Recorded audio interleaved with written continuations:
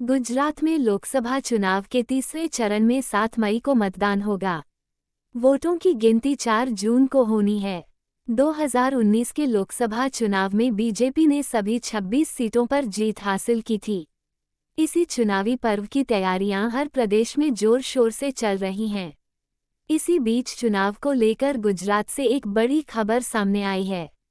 यहां कांग्रेस के एक और उम्मीदवार ने अपनी उम्मीदवारी वापस लेने का बड़ा ऐलान कर दिया है। हाल ही में 12 मार्च को कांग्रेस ने लोकसभा चुनाव 2024 के लिए गुजरात में 7 उम्मीदवारों की सूची की घोषणा की। इनमें से एक नाम था रोहन गुप्ता का। रोहन गुप्ता को अहमदाबाद पूर्व लोकसभा सीट से चुनाव लड़ना था, मगर अब गुजरात की इस लोकसभा सीट से कांग्रेस उम्मीदवार रोहन गुप्ता ने चुनाव लड़ने से इनकार कर दिया है।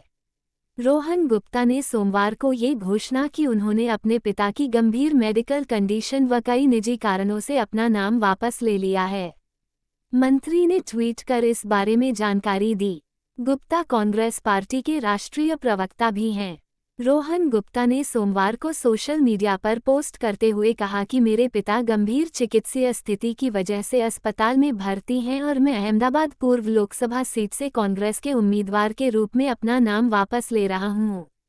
वर्तमान परिस्थिति में मैं नैतिक रूप से यह जिम्मेदारी स्वीकार करने में असमर्थ हूं। मैं पार्टी द्वारा नामित नए उम्मीदवार को पूरा समर्थन दूंगा। मंत्री ने गुजरात कांग्रेस अध्यक्ष शक्ति सिंह गोहिल को नाम वापस लेने की जानकारी देते हुए लिखे पत्र की तस्वीर भी साझा की। रोहन गुप्ता को 20 जून 2022 को राष्ट्रीय प्रवक्ता बनाया गया था। हालांकि इससे पहले वह सोशल मीडिया और डिजिटल प्लेटफॉर्म के चेयरपर्सन के तौर पर काम कर रहे थे। गुजरात के पूर्व संसदीय सचिव और कांग्रेस अनुशासन समिति के सदस्य राजकुमार गुप्ता ने कांग्रेस के सभी पदों से इस्तीफा दे दिया।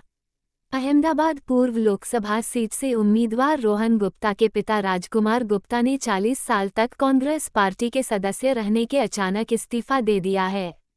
चर्चा है कि उन्होंने खराब स्वास्थ्य के कारण इस्तीफा दिया है। राजकुमार गुप्ता कांग्रेस में महामंत्री, उपाध्यक्ष और कोषाध्यक्ष भी रह चुके हैं। 12 मार्च को कांग्रेस ने लोकसभा चुनाव 2024 के लिए गुजरात से 7 उम्मीदवारों की सूची की घोषणा की, जिसमें बनासकांठा से गनीबेन ठाकुर, पोरबंदर से ललित वसोया, बारडोली से सिद्धार्थ चौधरी, वलसाड से अनंत पटेल शामिल हैं। अहमदाबाद पूर्व से रोहन गुप्ता, अहमदाबाद पश्चिम से भरत मकवाना और कच्छ से नितेश लालन को टिकट दिया गया है। सारे पद पे काम कर लिया राष्ट्रीय स्तर पे। आगे हर आदमी पॉलिटिक्स में यही चाहता है कि भाई चुनाव लड़ेंगे, आगे बढ़ेंगे। तो वही उद्देश्य से मैंने पार्टी ने जब आदेश किया, सहर्ष का स्वीकार किया, उसका प्लानिंग कर दिया। जिस दिन से मेरी टिकट का अनाउंस हुआ उससे पहले मेरे भाई है मेरे साथ में हर्ष कश्यप भाई, हम लोगों ने उसकी पहले तैयारी चालू कर दी, कैसे बूथ मैनेजमेंट का प्लानिंग करना, डोर टू डोर कैंपेन का। साथ ही मेरे यहाँ पे दिवेश भाई हैं, रजनी भाई हैं, सारी टीम करके आपको मतलब मेरे लिए ये डिसीजन कितना डिफिकल्ट है मैं जानता हूं। पूरे दिल से तय किया था कि इस चुनाव को लड़ना है और एक मुझे मालूम है ये इजी सीट नहीं है, मैं ओवर कॉन्फिडेंट नहीं था। मैं ये समझ के इस चुनाव में आया था कि एक डिफिकल्ट सीट है, लड़ना है, अच्छी तरह से दिखाना है और अगर जिस प्रकार से कैंपेन चलता जीतने के भी अच्छे चांसेस बनते। मेरे लिए बहुत डिफिकल्ट डिसीजन था। मेरे पिता करीब 3 दिन से हॉस्पिटलाइज थे, कहीं ना कहीं वो कन्विंस नहीं हो रहे थे।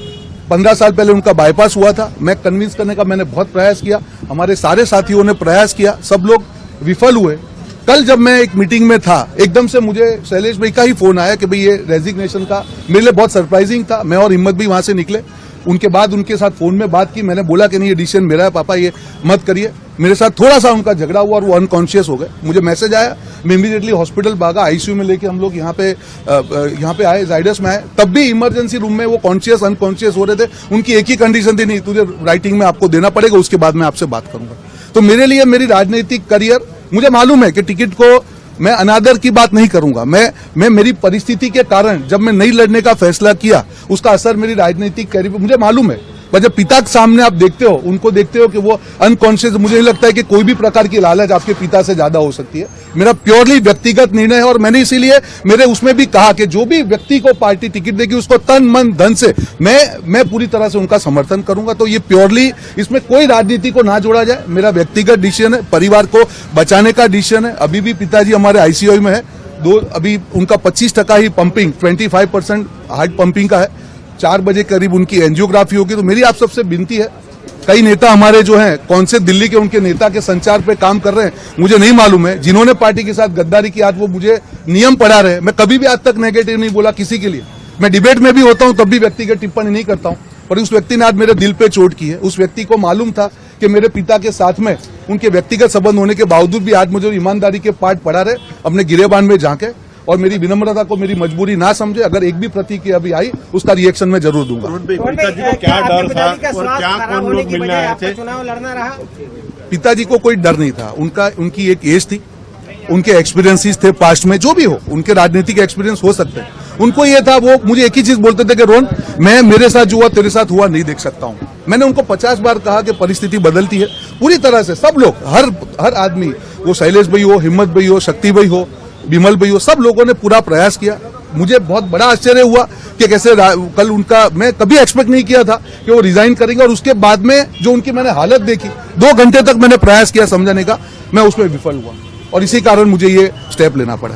कांग्रेसના જે નેતાઓ ભાજપમાં જોડાય છે તેમણે કોંગ્રેસના हार के डर से मेरी जिंदगी में मैं नहीं डरा हूं। हार के डर से होता तो मैं टिकट ही क्यों लेता भाई साहब? हार का डर क्या होता है? कार्यकर्ता है, लड़ेंगे, मर थोड़ी जाएंगे यार। और मुझे मालूम है कि आयोजन से करके जो तेलंगाना में 4 सीट थी, 65 सीट कहां से आई? मैं वहां 3 महीने रहा हूं। मुझे मालूम है कैसे वोटर को जिस दिन लगेगा ईमानदारी से कोई इश्यू आपसे साथ जुड़ जाएगा, कोई हार का डर नहीं है। पूरी तरह से तैयारी से मैं लड़ रहा था और इस बार ऐसा चुनाव लड़ा जाता